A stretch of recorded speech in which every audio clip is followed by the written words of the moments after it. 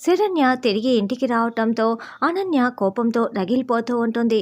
తర్వాత అనన్య శరణ్యతో, "నువ్వు ఈ ఇంట్లో అడుగు పెట్టి లోపలికి వచ్చినంత మాత్రాన తిరిగి నేను నిన్ను మళ్ళీ బయటికి పంపించలేనా" అని శరణ్యతో వాదిస్తూ చెప్తూ ఉంటుంది. "అది ఈ జన్మలో నువ్వు చేయలేవు అనన్య. అనన్య అంటూ పేరు పెట్టి పిలుస్తూ, ఎందుకు నువ్వు నా జీవితాన్ని నాశనం చేయాలని చూశావు? ఎందుకు నన్ను, నా భర్తని దూరం చేయాలని చూస్తున్నావు? నేను నీకు ఏం అన్యాయం చేశానని?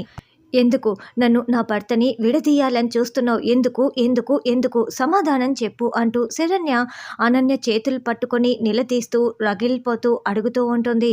అప్పుడు అనన్య ఆపు అని గట్టిగా అరుస్తూ, "ఆ రోజు ఆవిడ నన్ను క్యారెక్టర్ లేని దానినని చెప్పి నువ్వేదో పెద్ద దేవతలాగా, ఆడవాళ్లలోనే నువ్వు ఒక అద్భుతమైన దానివిలాగా ఏరికోరి నిన్ను ఈ ఇంటి కోడలుగా తెచ్చుకుంటే నా గుండె రగిలిపోదా? నన్ను క్యారెక్టర్ లేని దానినని మాట్లాడితే నాకు రగిలిపోదా?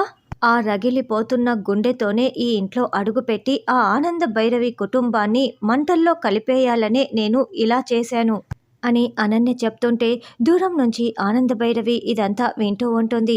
"మా అత్తయ్య గారిని దెబ్బ కొట్టాలి, ఈ కుటుంబాన్ని నాశనం చేయాలి, కుటుంబాన్ని పడగొట్టాలి, బంధాలని చెడగొట్టాలి అని నువ్వు ఫ్యూచర్ ప్లాన్స్ ఎన్ని పెట్టుకొని వచ్చినా తొక్కి నార తీయటానికే ఈ శరణ్య 2.0గా తిరిగి వచ్చింది" అని శరణ్య వార్నింగ్ ఇస్తూ ఉంటే, ఏంటిది ఇలా మాట్లాడుతోంది, ఎక్కడి నుంచి వచ్చింది దీనికి ధైర్యం, ఆ ఆనందం చూసుకునేనా అని అనన్య మనసులో అనుకుంటూ ఉంటుంది.